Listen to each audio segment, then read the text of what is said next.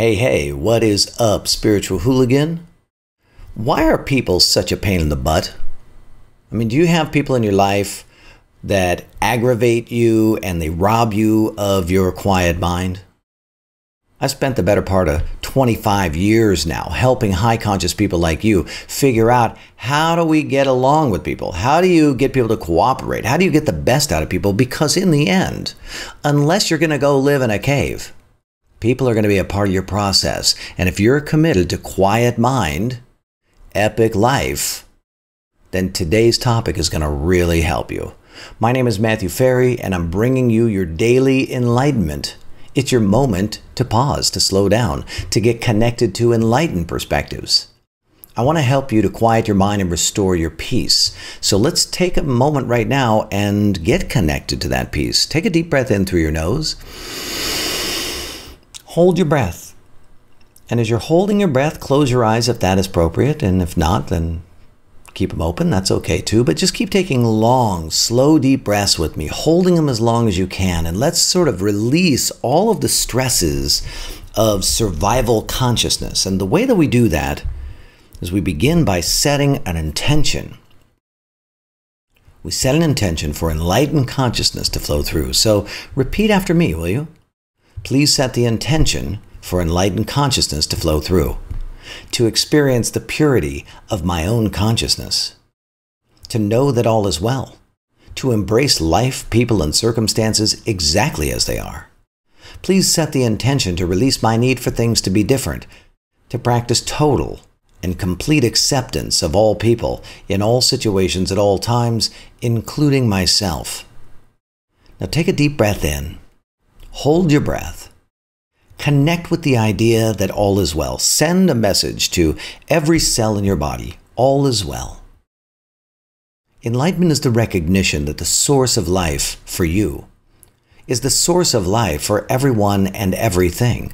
That we are all one thing expressing itself with infinite variety.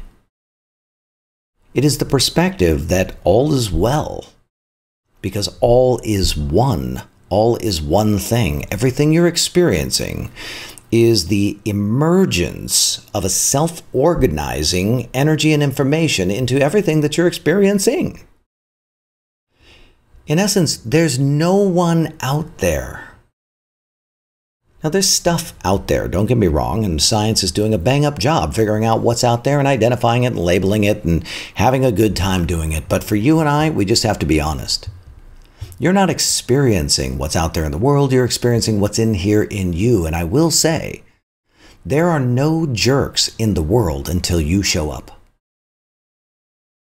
There are no jerks in the world until you show up and label them a jerk. You're resisting them and then blaming them for your resistance. And this is the drunk monkey. And in the rapid enlightenment process, we do 4 things to get the mind to go quiet so you can live an epic life. And that is, 1, we identify and then we transcend the unconscious reflexes of the drunk monkey. And we're going to do that today. We're going to work on that. But we also identify and then correct or heal the imbalances in consciousness called the hidden motives to survive. We then address dogma by testing to see, do statements strengthen or weaken the body? We call it piercing through the veil of denial. And then, number 4, we recontextualize. We use language that artfully and skillfully creates an empowering context so that all of your resources and all of your creativity and all of your chutzpah are unleashed. Today, I want to read to you a chapter from my book, Quiet Mind, Epic Life. Here it is. Bum, bum, bum. Quiet Mind, Epic Life. And this is chapter 13, and we've been doing a sequence now of things about the drunk monkey, but this chapter is on an unconscious reflex called holding other people accountable to agreements they never made. So it begins like this. Do you want a quiet mind, epic life? Then you will have to practice awareness of the drunk monkey and its unconscious reflexes over and over again. In other words, if you're going to experience a quantum leap in your happiness and your peace, the first time you go through this process, you're going to have to see the drunk monkey and you're going to have to release it. And your life will get really good really fast doing that. But that's not the end, right? It's the end game. That's just the beginning. Can you imagine going to the gym one time and expecting to be fit for the rest of your life? It just doesn't work that way. An enlightened perspective is a skill that you must continue to practice and maintain in your life, because that perspective is not what normally people do, right? Diets typically don't work because they aren't intended as a way of living. However, experiencing enlightened perspectives is intended to be a way of living in modern society. So unless you're planning on spending your time holed up in a cave somewhere, totally cut off from society, then you will have hidden motives to survive, which are going to be triggering unconscious reflexes of the drunk monkey, and that's what we're talking about today. That's why you're going to use these tools that I'm giving you over and over and over for the rest of your life. I just want you to take this in. Suffering is normal. Happiness is weird.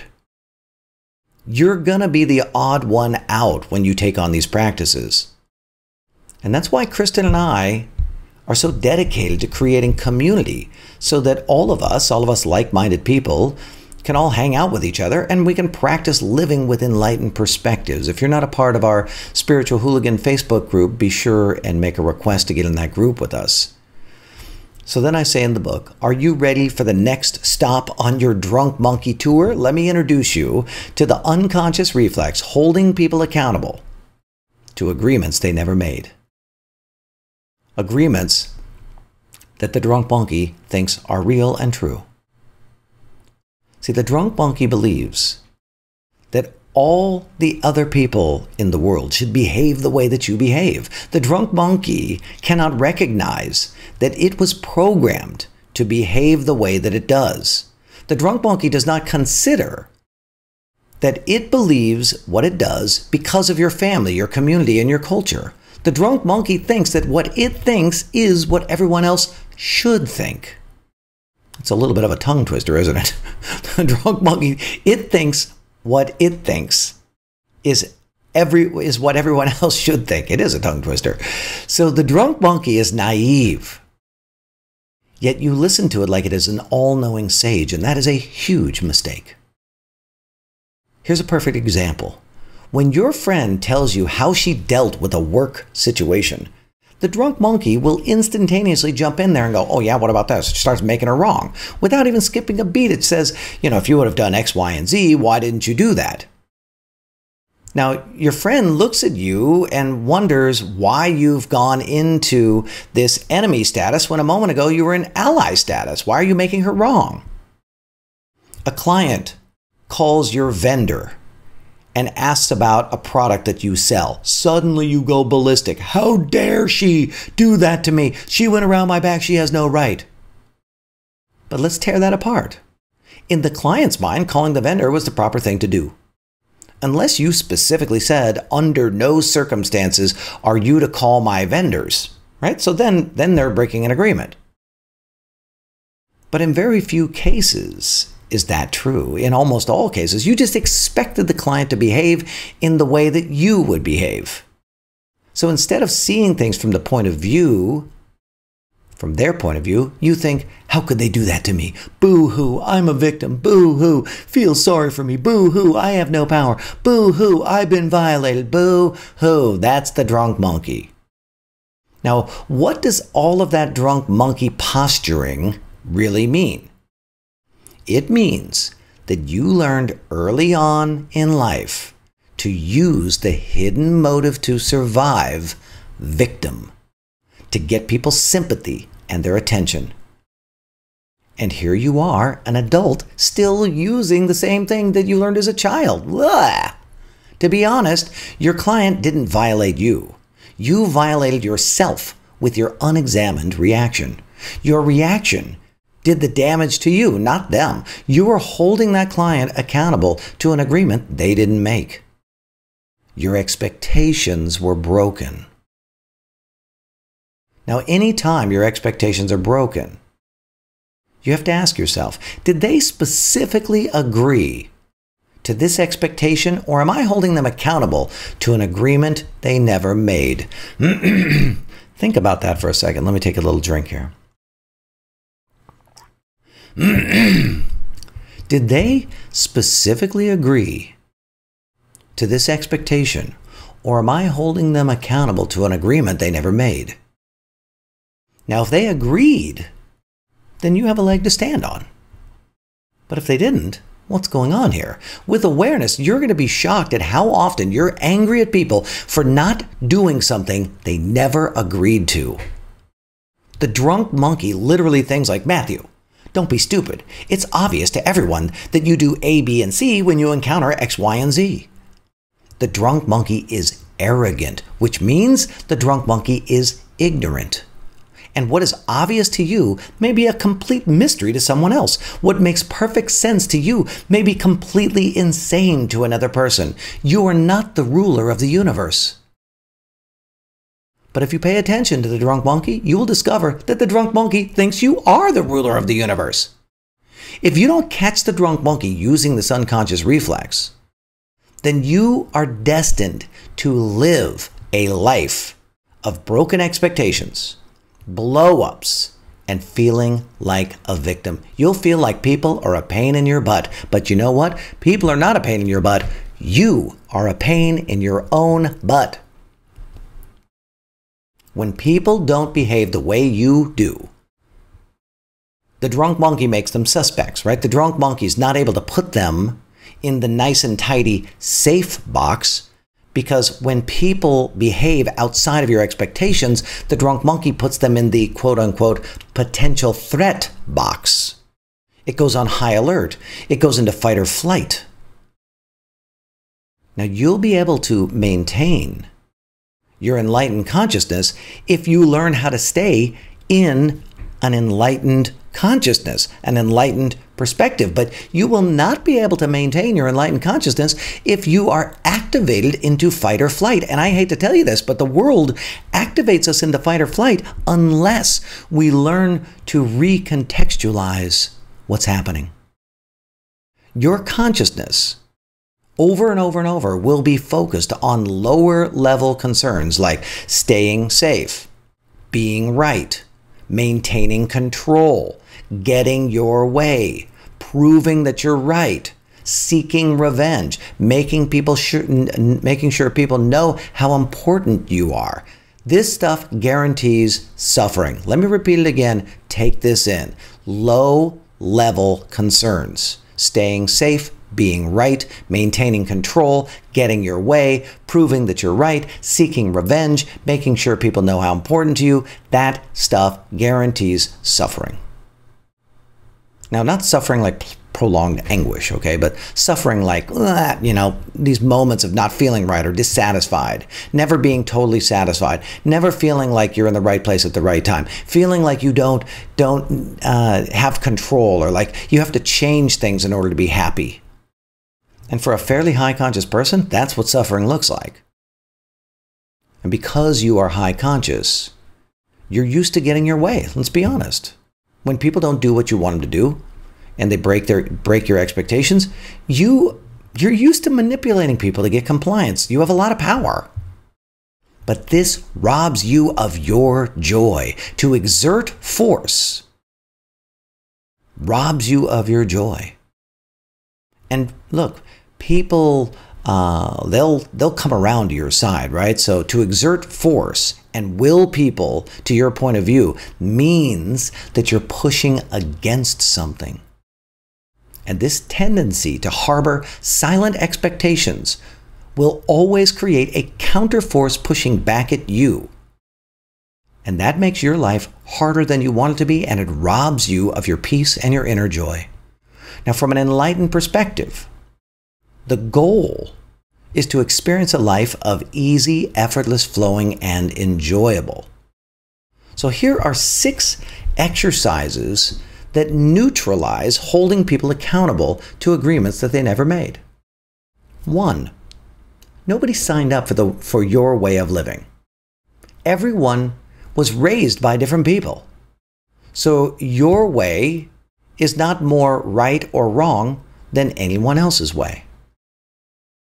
2. No one named you the ruler of the universe.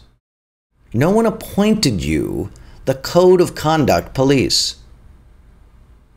3. Your rules for how people are supposed to behave, talk, walk, dress, conduct themselves, those are just preferences that you have. Your preferences are not the truth. They are not the best. They're not even valid. They're just what works for you or what you like, and they may not even work for you. Next, where did your rules of conduct even come from? Did you make them up? No. You adopted this by observing other people in your early formative years. You were domesticated like an animal. You probably barely even know what your rules are. They're unconscious, but you're following them anyways. See, what makes your philosophy on life more right or more wrong than anyone else's? I mean, why you? Are you the model of good behavior? Was Jesus more right than Buddha? Was Muhammad more right than Krishna? No. They're all perfect exactly the way they are. They are perfect for the people that benefit from their message. You are not the Messiah. I'm not the Messiah. No one cares what you think. No one cares what I think. So it's important that you know that based on how far you are into this process, I suspect that you and I are very aligned in the way that we think, but that doesn't make me right. Okay? That doesn't give me the right to get mad at you if you don't follow my system, right? If you don't follow the systems that I'm outlining here. Your opinion is the source of your suffering, not other people's behavior. What you say about it causes you to suffer. Other people are just doing what they're doing. Your resistance causes your suffering, not the circumstances, not their behavior. See, here's what's happening. A person does something that breaks your expectations. Check. You label it as bad, wrong, good, right, whatever. Check. Your label makes you feel something. Let's pretend that it makes you feel bad. Check. Then you label it, I'm getting it wrong here. Your label actually causes you to suffer, right? So then you stupidly blame them for your suffering. It's stupid. And it's stupid because you're the only one who can create peace and harmony and joy in your existence. You're the only one who can do it. But you give your power away by blaming them. People are doing the best they can based on their perspective in the moment. We're all burdened with an ineffective perception of the world, 100% of us. And each of us are doing our best to live an enjoyable life, given the filters we have, the conditioning, the pre-existing information that comes through in karma, intentions, vows, purposes, etc. So give people a little grace, will you? Let them step on the cow pies. You aren't the model of perfection. Don't expect other people to be perfect either. Lastly, if everyone did what you did and felt the way that you felt, it would be a very boring world. So let's complete this with 5 new options that you can use to create quiet mind, epic life. Number 1, hold people accountable to what they actually committed to. Stop holding people accountable to imaginary rules that you're imposing on them. 2, put yourself in their shoes. Rather than react, look at the world through their eyes. Practice noticing that they act correctly based on their point of view. 3, let people off the hook and forgive them for not knowing your code of conduct. They're doing the best they can based on the way that they see the world. Practice recognizing that you don't know everything and that all is well. 4, embrace the infinite mystery of being a human. Be willing to admit that you don't know nothing. You don't know how life is supposed to be, so practice being curious rather than arrogant. And then finally, number 5, practice total and complete acceptance of all people, in all situations, at all times, including yourself. What you accept will transform. What you resist will persist. When you accept someone exactly as they are, the things that bug you about you will literally disappear right before your eyes, because the things that bug you about them is actually stuff that is bugging you about you. So here's a question for you. Which one of those 5 options are you going to employ in your life today? Will you leave it in the comments for me? Look, you watched it all the way through. Let's engage. My name is Matthew Ferry, author of Quiet Mind, Epic Life. Make sure you like this video for me, okay? Will you share it also with your fellow spiritual hooligans? Leave me a comment. Tell me what you're going to put into your life today. Because all that stuff, the sharing, the liking, the commenting, that's what tells YouTube, hey, other people should watch this video. So it means a lot to me, but it also means a lot to the world. Be sure and like this video, okay? Because it'll let other people find this just like you found it. Now, if you dig the things that I'm talking about, subscribe to my channel. And finally, consider joining us in our Spiritual Hooligans Facebook group. There's a whole bunch of people just like you and me. We're all communing together. I'll put the link below. You come over, say you want to be in the group, we'll let you in. Thanks again for tuning in to this daily enlightenment.